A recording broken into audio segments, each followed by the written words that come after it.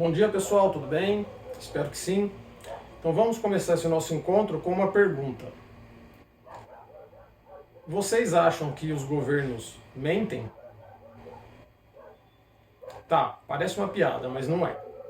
É uma pergunta séria e nós vamos buscar respondê-la ao longo desse vídeo, né? E a ideia aqui não é fazer crítica a nenhum governo ou nenhum governante especificamente. A ideia aqui é apresentar para vocês de onde vem esse conceito de que a mentira, quando dita por governantes, guarda algo mais profundo do que a gente enxerga. Então a ideia aqui é revelar o que de fato está por trás das mentiras quando elas são ditas pelos estados, né, por meio de seus governantes. Se eles fazem isso deliberadamente, se eles fazem isso como a maioria acredita, com prazer, com requinte de crueldade, fazem isso apenas como uma forma de satisfação pessoal, de enganar ou de manipular a população, ou por meio da manipulação, né, se eles sentem algum prazer, algum poder místico, por assim dizer, algo nesse sentido, nos enganando, ou se isso revela, ou se isso tem um fundo mais pragmático do que a gente, de maneira geral, consegue enxergar. Então nós vamos buscar na filosofia, lá na Grécia Antiga, alguns vestígios desse mecanismo, desse instrumento governamental que nós chamamos de mentira. Correto? Então vamos buscar lá atrás a origem disso. E para isso vamos nos socorrer de um filósofo de peso.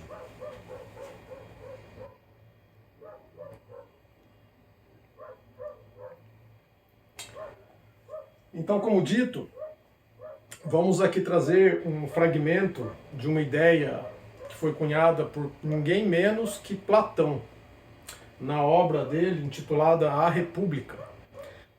Nessa obra intitulada A República, na verdade, quem já teve a oportunidade de ler essa obra bastante extensa, ela na verdade trata-se de uma conversa entre diversas pessoas, são vários diálogos ali entre personagens do livro, e ao longo dessa conversa eles vão ali mentalmente planejando como seria construído um Estado ideal, né? Qual seria a construção ideal de um Estado, como um Estado deveria ser formado, com suas instituições, com seus trabalhadores, com os seus exércitos para defender a cidade, o Estado, né?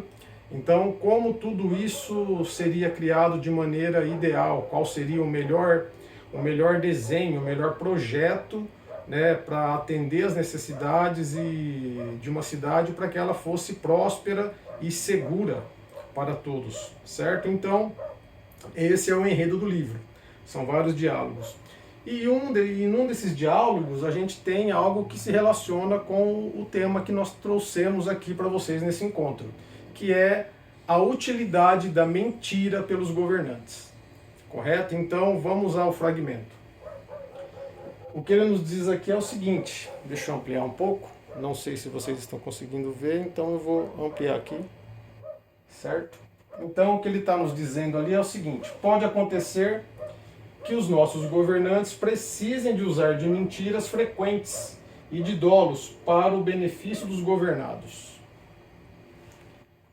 É estranho, né? A gente normalmente tem por uma máxima moral, ou seja lá pelo que for, que a mentira nunca é boa. A mentira sempre é usada com um fim escuso, com uma finalidade negativa, com um propósito malévolo, né? Então essa é a ideia geral.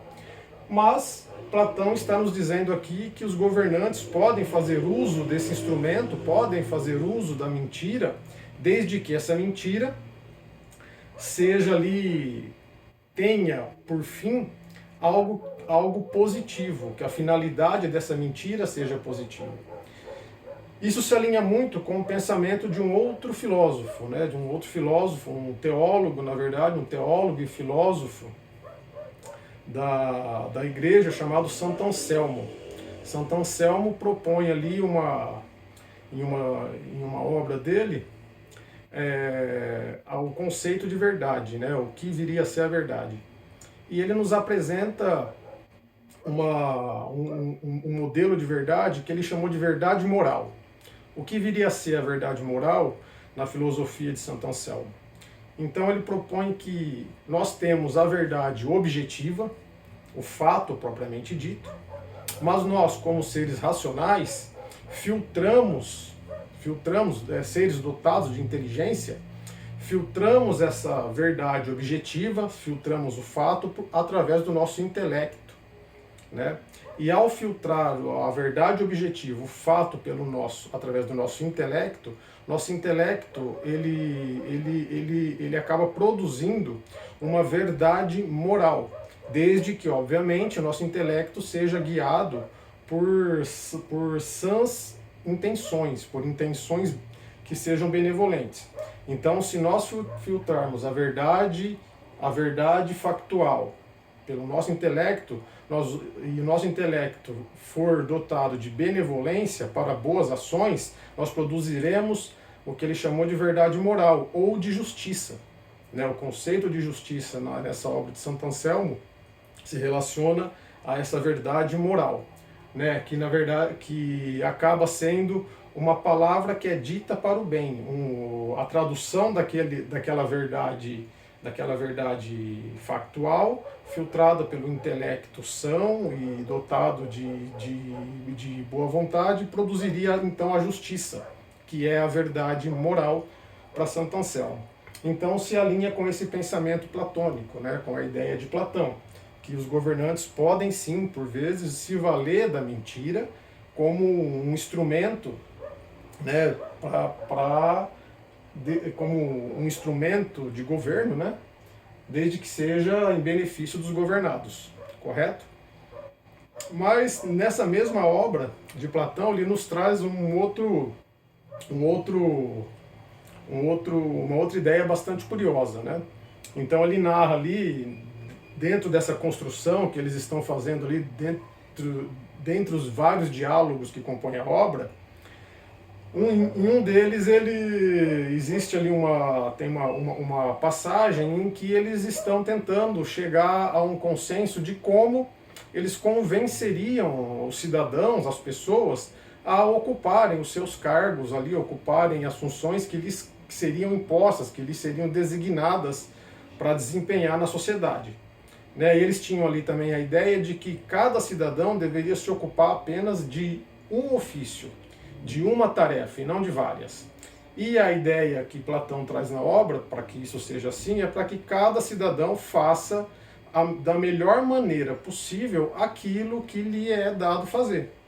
Então eles colocam lá que o artesão apenas deveria se dedicar às suas manufaturas, o lavrador deveria apenas se dedicar a lavrar a terra, o médico apenas de ser médico, os guardiões da cidade, ele dá uma ênfase maior nisso, né? O exército, os soldados deveriam se ocupar, principalmente esses, apenas disso, porque da segurança da polis, né? Da segurança da cidade dependia todas as outras atividades, né? Então ele prioriza ali, ele dá bastante ênfase na questão da guarda da cidade, né? E então eles estão ali debatendo como convencer as pessoas de que elas devem se ocupar daquilo, né? De que elas não devem buscar ascender a outras atividades que sejam ali consideradas mais nobres ou que lhes possibilitariam uma ascensão social, que hoje a gente chama de mobilidade social, né? Mas como eles subiriam de uma casta para outra, melhorando assim sua condição, como eles fariam com que as pessoas permanecessem a vida toda nos cargos que lhes foram dados ali, permanecesse a vida toda no ofício do qual eles foram incumbidos. E a ideia de Platão para isso é bastante curiosa. Vocês já devem ter ouvido falar, e com certeza é bastante difundido aí, o tal do mito da caverna de Platão, né? Que futuramente nós vamos abordar também. É muito interessante, pode ser visto de vários prismas, inclusive do ponto de vista gnóstico, né? Do qual nós já falamos aqui em encontros anteriores, mas retomaremos no futuro para falar de gnosticismo, e nos valeremos do mito da caverna de Platão para exemplificar sobre a criação do mundo gnóstica, né, do ponto de vista gnóstico, ali nos valendo do mito da caverna. Mas não é desse mito que nós vamos falar hoje.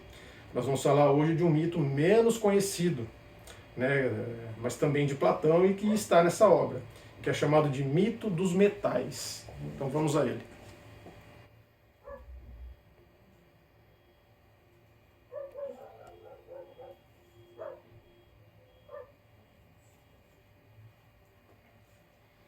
Então, pessoal, o mito dos metais, na obra República de Platão, é também conhecido como mentira nobre. E por que mentira nobre? Ele recebe exatamente esse nome, né? Mentira nobre. Por quê? Porque não seria uma mentira contada com um viés malévolo, com o objetivo de enganar ou de manter no erro de forma dolosa, de forma vil, de forma maquiavélica, né? Seria uma mentira contada com um propósito benévolo, com um propósito benevolente. Então seria uma mentira contada para o bem, correto? Então o que ele propõe aqui no mito seria dizer para o povo, né, que na visão dele era ignorante, né, em certa medida ele não estava errado, porque apesar da gente ter essa visão romântica, né, de Atenas, o berço da democracia e tudo mais, mas nós estamos falando ali de uma população majoritariamente analfabeta, pouco letrada, né, salvo algumas elites, da qual Platão e Aristóteles, inclusive, faziam parte. Correto? Então, o que ele diz é o seguinte: olha, vamos convencer o povo de que os deuses os criaram da forma como eles são. Correto? E o que ele idealizou e a ideia que ele tentou plantar na cabeça do povo foi a seguinte, né? Então, ele disse o seguinte, isso está na obra dele. O que ele disse ao povo foi isso aqui: Deus que vos moldou adicionou ouro àqueles aptos a governar, motivo porque são mais preciosos. Prata aos seus auxiliares, bronze e ferro aos artesãos e lavradores. Então, hoje soa absurdo pra gente, ninguém iria acreditar. Nós provavelmente daríamos risada se alguém chegasse pra gente e dissesse que os governantes são governantes porque alguma deidade, alguma divindade adicionou ouro à sua composição corporal e por isso ele é mais nobre. O ouro ali como sentido como algum metal raro, metal belo, que expressa nobreza, né? Prata, que é também um metal valioso, aos seus auxiliares, que seriam ali os serventuários do Estado, os altos oficiais, os funcionários de altos postos, de postos de prestígio dentro da estrutura estatal. Então, teriam prata na sua composição corporal. E os demais, o povo, né, os lavradores, artesãos, os trabalhadores em geral, Deus teria adicionado metais menos nobres, metais mais grosseiros, então o ferro e o bronze. Né? Então essa seria uma forma de fazer com que as pessoas permanecessem ali sem se rebelar dentro dos seus ofícios e cada um dentro da sua classe social, sem buscar se rebelar, porque isso seria a vontade divina. Deus adicionou ao meu corpo ferro e bronze, então esta é a função que me cabe. Né? Se o governante é governante é porque Deus adicionou ouro a ele e ele é mais nobre. Então essa é a ideia do mito dos metais de Platão. Correto? Mas perceba que ela é chamada de mentira nobre porque a ideia de Platão era evitar a eclosão de uma guerra civil, a eclosão de conflitos sociais, né? Que isso para ele seria prejudicial a polis, a cidade como um todo, porque os conflitos apenas levariam a derramamento de sangue, desordem social e colapso da cidade como um todo. Correto? Então essa é a ideia de Platão. Certo? Mas vamos agora explorar um pouco mais. Assim, até agora nós nos limitamos a dizer das mentiras ditas pelos governantes, né, como algo que parte apenas dos governantes. Mas vamos fazer um experimento mental aqui, vamos fazer um exercício. E se os governantes, apesar de todo o poder que nós imaginamos que eles detêm, né, de todo o poder político, né, que nós imaginamos que eles detêm, forem apenas instrumentos de poderes ainda maiores e fora da sua alçada de contenção, né? Poderes com os quais eles não podem lidar. Dessa forma, eles seriam apenas instrumentos de poderes que estão além da sua alçada, dos seus poderes enquanto governantes. Correto? Então é disso que nós vamos tratar agora. E para isso, nós vamos trazer um vídeo, tá ok? Vou apresentar para vocês um vídeo aí, um trecho de um filme, apenas para ilustrar essa ideia, tá ok? Então vamos lá. Instalação militar secreta. Código Área 51, Nevada. Eles chegaram, senhor. Prestar continuantes? Abra um portão. Senhor presidente, general, bem-vindos à Área 51. Por favor, me acompanhe. Estamos agora 24 andares abaixo da superfície e este é o nosso principal centro de pesquisa. Vamos ver. Desculpe, senhor, mas é que é uma sala esterilizada. Temos que manter o Abra lift de logo essa estática se porta. formos... Sim, senhor.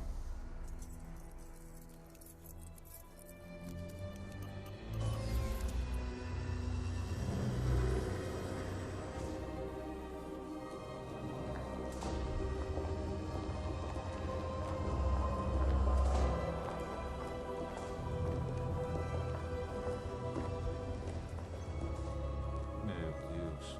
Por que não me informaram sobre esse lugar? Simples, senhor presidente. Para que fosse convincente ao negar.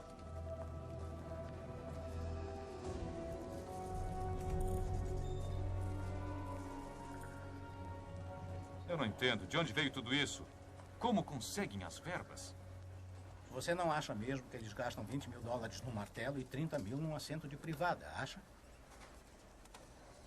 Senhor Muito bem, então, pessoal. Espero que tenham gostado do vídeo que eu trouxe para ilustrar essa ideia, né? E o vídeo, né? Muitos de vocês talvez já tenham assistido o filme, é um filme bastante famoso, é o filme Independence Day, né? Lançado em 1996. E o que nós vemos ali no filme é exatamente o que a ideia que a gente está tentando trazer para vocês aqui, né? De que por vezes os governos acabam mentindo, né? No caso ali do vídeo, né, especificamente, nós temos o presidente também que estava sendo mantido, melhor dizendo, em engano, estava sendo mantido em erro. Então a gente vê ali a surpresa dele quando ele se depara com aquela estrutura gigantesca ali. Eles estão entrando ali na famosa Área 51, né, que os teóricos das conspirações aí dizem que abriga ali extraterrestre, tecnologia alienígena e coisas do gênero, né? E, enfim, quando ele se depara com aquilo ali, ele se pergunta: por que que vocês nunca me disseram que isso aqui existia? Eu sou o presidente, né? Tipo assim, sou eu que dou as ordens, como vocês nunca me disseram isso? Né? E a resposta ali da pessoa que está ao lado dele, no filme ali, para quem assistiu, é o diretor da CIA, né, o diretor do Serviço de Inteligência americano. A resposta dele é que nunca havia sido revelado para ele como presidente, porque seria mais fácil para ele negar a existência de tudo aquilo. Então, se ele não sabe, se ele está sendo mantido na ignorância, aquilo para ele realmente não existe. Então, na verdade, ele estaria mentindo para o povo, acreditando que estava dizendo a verdade. Então a ideia é essa, né? Seria mais fácil para ele negar se ele de fato desconhecesse. E uma outra cena ali também que a gente viu foi a surpresa dele, tipo, de onde vem o dinheiro, de onde vem o recurso para que isso tudo seja mantido aqui, né? Afinal de contas, dá para ver ali que é uma estrutura que demanda bastante recurso, né, financeiro. E aí a resposta que o outro personagem dá ali é de que, né, muitos produtos que o governo adquire acabam sendo superfaturados porque grande parte acaba sendo direcionada para manter esses projetos secretos, para levar adiante esses projetos secretos, né? E não haveria outra forma do governo fazer isso. Mas a ideia geral ali é de que os governos, os governantes, mesmo nos mais altos escalões, também são instrumentos de poderes ainda maiores. Então ali a gente percebe que outras pessoas sabem de segredos dos quais os próprios governantes desconhecem. São mantidos no engano também. Correto? E aqui nós vamos tentar descobrir, nós vamos adiantar um pouco para tentar responder que poderes são esses. E digo aqui que essa é uma especulação, é apenas uma ideia, uma proposta de como enxergar isso. Não estou dizendo que essa seja a verdade fundamental, última e verdadeira. Não é isso que eu estou dizendo aqui. Eu estou dizendo que é uma possibilidade. Correto? E para apresentar essa possibilidade, nós construímos aqui um esquema para tentar mostrar isso para vocês, correto? Então vamos lá.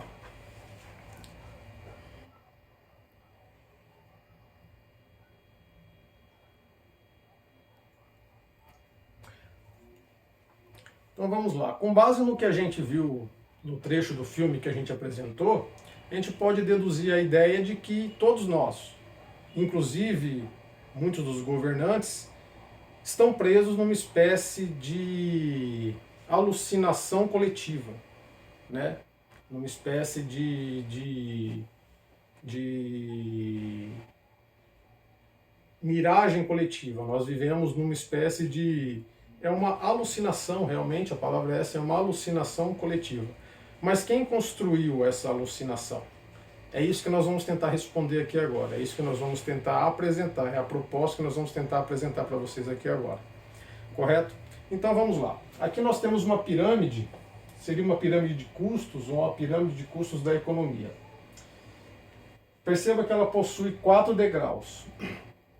No degrau mais baixo, que é a base mais larga, está disposto dessa forma porque a ideia de quem a construiu é de que os recursos naturais são abundantes, correto? Então eles estão na base da pirâmide, que é mais larga.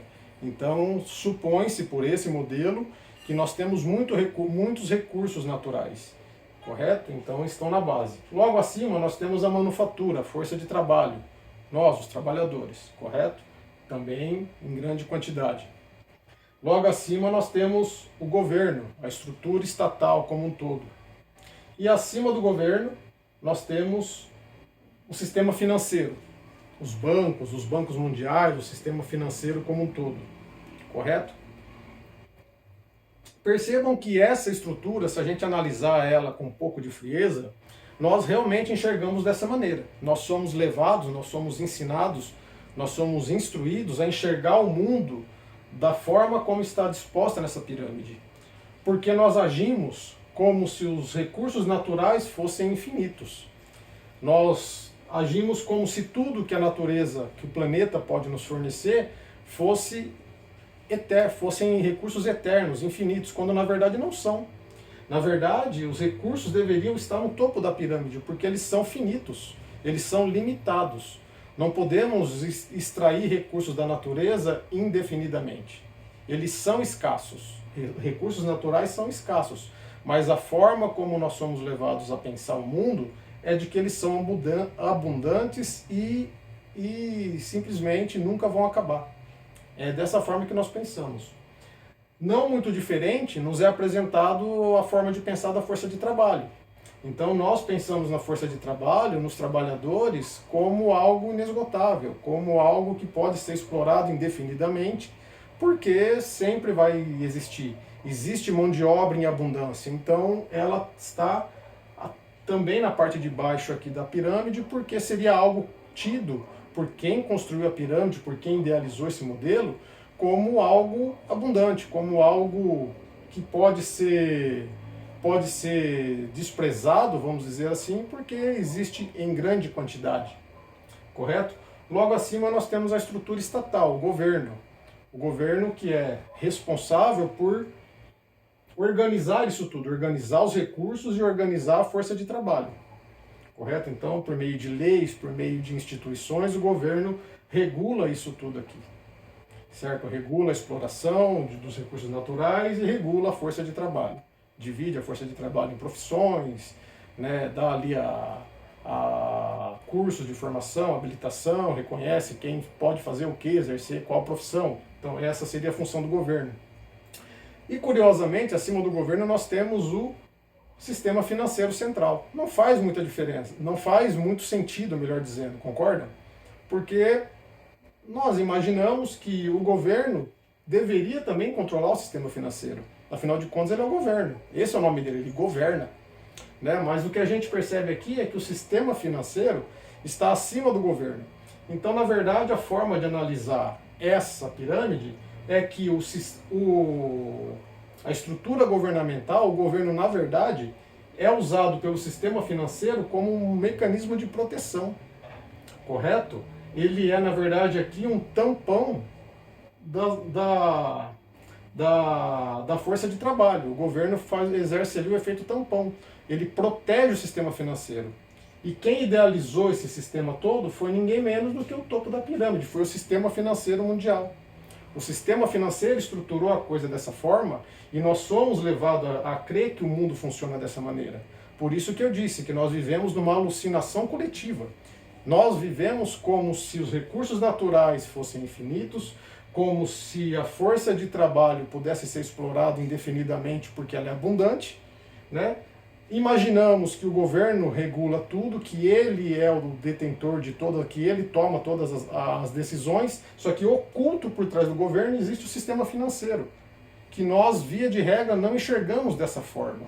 Nós enxergamos o sistema financeiro como instituições bancárias apartadas ali, umas das outras e até concorrentes, mas na verdade não são. O sistema financeiro é uma coisa só. O sistema financeiro é que organizou o mundo dessa maneira, correto?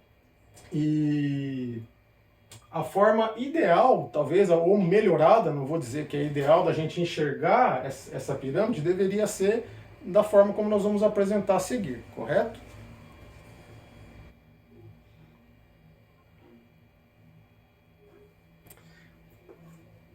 Então, essa seria uma pirâmide invertida, onde nós temos na base o sistema financeiro, o governo, a manufatura, os trabalhadores e os recursos naturais, porque eles são limitados, então eles deveriam estar no topo. Né? Nós não podemos explorar o planeta indefinidamente. Afinal de contas, por mais que a gente veja aí, né, pessoas tentando colonizar outros planetas, outros mundos e prometem isso como se fosse algo fácil de se fazer, correto? Nós não temos como escapar desse planeta. Nós estamos presos a ele, todos nós. Então, os recursos naturais, o planeta como um todo, o meio ambiente, deveria ser a prioridade de todos. Porque os recursos que ele pode disponibilizar para sustentar a nossa vida aqui são limitadíssimos e cada vez mais escassos. Correto? O sistema financeiro, por outro lado, por mais que a gente tenha a impressão de que o dinheiro é escasso, na verdade o dinheiro é abundante. O dinheiro, na verdade, o sistema financeiro deveria estar na base justamente para inverter essa lógica. O dinheiro é infinito. O dinheiro é abundante. O dinheiro pode ser produzido indefinidamente. Já os recursos naturais, não. Já a mão de obra, já a manufatura, também não.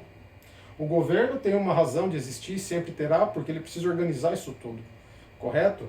Mas o topo da pirâmide deveria ser ocupado pelos recursos naturais e depois pela força de trabalho. Porque a força de trabalho é que de fato tem valor.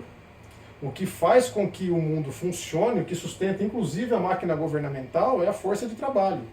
O governo tem sim que organizar a força de trabalho, mas o que sustenta o governo e aqui é uma simbiose que funciona. Só que a ideia é essa, correto? E o sistema financeiro, por mais que soe absurdo o que eu vou dizer agora, e futuramente a gente pode explicar isso com mais profundidade, mas o sistema financeiro mundial, ele deveria estar na base porque o dinheiro não é escasso. Na verdade, a ideia de escassez que nós temos é justamente uma alucinação coletiva. Nós imaginamos que o dinheiro é escasso, o sistema financeiro faz com que ele pareça escasso, justamente para que nós trabalhemos para obtê-lo. E disso a gente retira qual informação? O que a gente pode depreender disso? Se eles fazem com que o dinheiro pareça escasso, mesmo quando ele é infinito, porque ele pode ser impresso indefinidamente. Lógico que aí as pessoas da economia vão dizer, mas aí vai levar a inflação e tudo mais. Tudo bem, sabemos disso. Não é isso que a gente está querendo demonstrar aqui, não é a ideia que a gente quer transmitir aqui. Correto? Nós estamos dizendo apenas que o dinheiro não tem nenhum valor intrínseco. O dinheiro apenas pode gerar mais dinheiro por meio do rentismo, seja lá pelo que for. Correto? Mas o dinheiro não tem nenhum valor intrínseco em si. Correto? Já a manufatura, a força de trabalho, os recursos naturais, sim.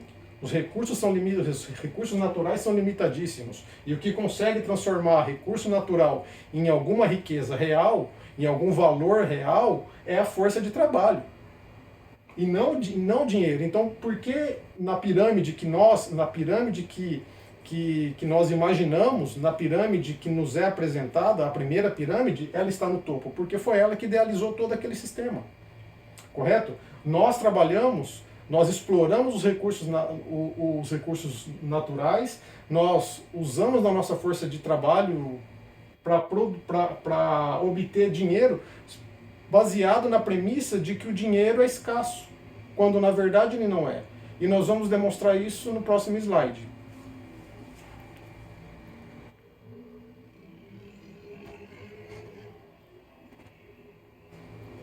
Então aqui nós temos uma imagem que bem representa isso que nós falamos, correto? Que o dinheiro não tem nenhum valor intrínseco. Ele não só não tem nenhum valor intrínseco, não vale nada em si mesmo, como também o dinheiro não é escasso, ele é abundante, ele é infinito. Os bancos podem produzir dinheiro do nada, e eles fazem isso. Pode soar absurdo, mas eles fazem isso, correto? Eles produzem dinheiro do nada. Futuramente, numa outra oportunidade, a gente pode explicar como isso começou lá atrás, muitos anos atrás, e explicar como isso evoluiu para o sistema que nós temos hoje. Mas hoje nós vamos nos limitar a apenas dizer isso para vocês, correto? O dinheiro não é escasso, ele pode ser produzido indefinidamente, ele é abundante. A ideia de escassez que nos é apresentada é apenas para que nós trabalhemos por ele. Então, o que realmente tem valor é o trabalho humano, são os recursos que o planeta pode nos entregar, que são limitadíssimos, e o trabalho humano. Isso é o que realmente tem valor, isso é o que geralmente produz riqueza, não o dinheiro. O dinheiro em si não tem nenhum valor intrínseco, correto? E isso nós vemos aqui nessa imagem. O que essa imagem está nos mostrando? Essa imagem é uma foto de 1923, né, e ela mostra a Alemanha na Grande Depressão. E aqui nós estamos vendo um homem indo até um comércio comprar alguma coisa ali, para um alimento, sabe-se lá o quê, e o dinheiro está sendo pesado. Nesse período na Alemanha, o dinheiro foi tão desvalorizado por conta de questões relacionadas à guerra e má gestão, que o dinheiro já não era mais contado. Ele valia tão pouco que o dinheiro começou a ser pesado. Né? Então você ia comprar alguma coisa, as pessoas pesavam o dinheiro, porque contar ficou inviável. Eram montanhas e montanhas de dinheiro para comprar pouca mercadoria. Correto? Então era mais eficiente pesar o dinheiro. Isso nos mostra o quê? Que o governo começou a imprimir tanto dinheiro e isso mostra exatamente o que a gente acabou de dizer. O dinheiro pode ser produzido indefinidamente, ele não tem nenhum valor intrínseco. Essa imagem mostra exatamente, é a prova histórica de tudo que nós falamos aqui. Correto? Então vamos lá.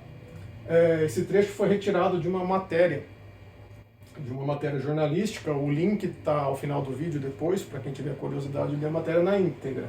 Mas eu vou ampliar aqui para a gente ler e para que vocês também consigam ler aí, se espero que seja possível. Vamos lá. Então, o que a matéria diz é o seguinte: quando a impressão de dinheiro supera a quantidade de mercadorias e produtos em circulação, há uma elevação geral dos preços e, como consequência, o aumento da inflação. Em 1923, a famosa artista plástica Kate Kouvits começou a armazenar batatas, até mesmo no quarto de hóspedes sublocado. Ao inquilino restava apenas um caminho estreito para ir da porta do quarto até a cama. O valor das batatas aumentava constantemente e elas podiam ser comidas, ao contrário do papel moeda. Correto? Então é isso que a gente disse aqui. O dinheiro não tem nem... Ele, em tempos de crise, ele perde totalmente seu valor. Isso nos mostra o quê? Que ao contrário dos recursos naturais, ao contrário da força de trabalho humana, ao contrário dessas outras coisas, o dinheiro não tem nenhum valor intrínseco. Nós trabalhamos por ele baseado na premissa de que ele é escasso. Então eu preciso trabalhar muito para ganhar muito dinheiro, baseado na premissa de que o dinheiro é escasso, mas ele não é. Basta vir uma crise e o seu dinheiro não valerá nada. Correto? E tudo pelo que você trabalhou vai se perder.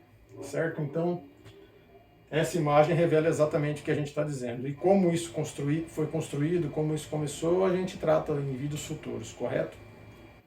Mas vamos lá. Tudo isso que nós dissemos aqui, para chegar até aqui, sobre o porquê os governos mentem para a gente, as mentiras, a manipulação que existe do próprio governo por outras forças, a gente pode ver com bastante precisão e com muita lucidez numa outra obra que eu já falei aqui em vídeos anteriores, mas que vale apresentar novamente aqui, porque ela é muito rica nesse sentido, certo? Essa obra aqui, nesta obra aqui, O Estado Profundo, desse autor Ian Fitzgerald, em inglês, ele nos apresenta exatamente essa ideia, correto? E ele nos apresenta com muita propriedade, porque ele traz exemplos de vários países, abarcando todos os continentes, de como em todos esses lugares, ao longo da história, desde a Grécia Antiga até os nossos dias, como o que ele chama de estados profundos, que é aquele estado por trás do estado. Então, se a gente voltar à memória aqui e lembrar daquela primeira pirâmide, do sistema financeiro acima do governo, é exatamente isso que representa. O sistema financeiro mundial representa toda uma oligarquia, toda uma elite de famílias, de grupos oligárquicos, de grupos econômicos muito poderosos, que na verdade controlam os governos do mundo todo. Os governos não podemos dizer que eles são vítimas, não é nesse sentido, mas eles são instrumentos desses grupos, dessas elites, dessas oligarquias, dessas famílias, e de algumas sociedades secretas que de fato são os detentores do poder. Eles são quem de fato detém o poder. Os governos são instrumentos ou marionetes desses grupos, correto? E muitas vezes eles também desconhecem toda a verdade. No vídeo que nós apresentamos, no trecho do filme que nós apresentamos, isso fica bastante evidente. Quando o presidente norte-americano é mantido totalmente alheio da existência de uma estrutura, que inclusive governamental, que ele sequer conhecia, que ele sequer imaginava que existia. Correto? Mas ali existiam pessoas, existem grupos que mantêm aquilo ali em segredo do próprio governo. Correto? Então, aquele vídeo, aquele filme, aquele trecho do filme que nós trouxemos ilustra bem isso. Então, o sistema financeiro, na verdade, de forma genérica, através de empresas, através de grandes oligopólios, através de sociedades secretas, compõe esse sistema financeiro mundial, os bancos centrais como um todo, e esse sistema financeiro mundial, os bancos centrais, são quem, em última análise, em última instância, detém todo o poder. Os governos são instrumentos desses grupos, correto? E é isso que ele nos diz aqui.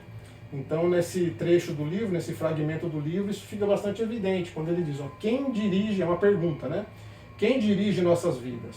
Quais segredos são escondidos de nós pelos governos? Estamos realmente sendo manipulados por um estado profundo? Nada é o que parece.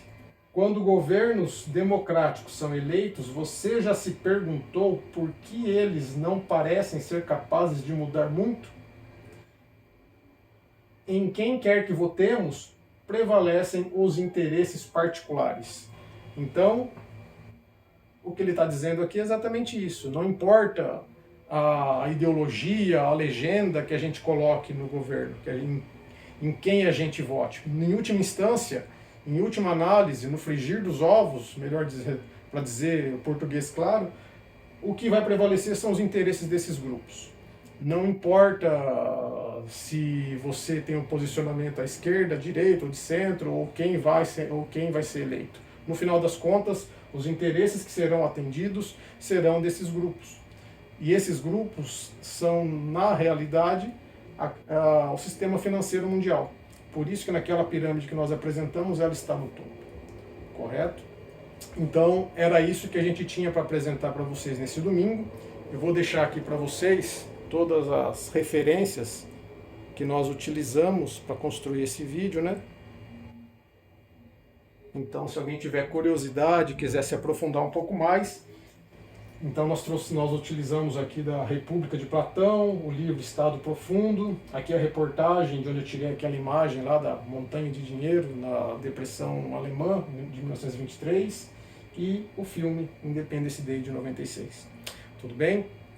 Espero que vocês tenham gostado, espero que esse nosso encontro tenha contribuído para fazer com que vocês tenham uma alternativa de visão ao que nós somos acostumados a entender como a estrutura do mundo, como o mundo funciona, como as sociedades funcionam, né? Espero ter contribuído nesse sentido e, novamente, peço a vocês que se o que eu trago aqui é de alguma maneira interessante, se o que eu trago aqui para vocês é relevante, se vocês consideram esse conteúdo que eu trago para vocês aqui aos domingos relevante, considerem se inscrever no canal e compartilhar aí com pessoas, com familiares, com amigos que vocês também sabem que se interessam por esses assuntos, tudo bem? Então, desejo a todos um ótimo domingo e até o nosso próximo encontro. Tchau!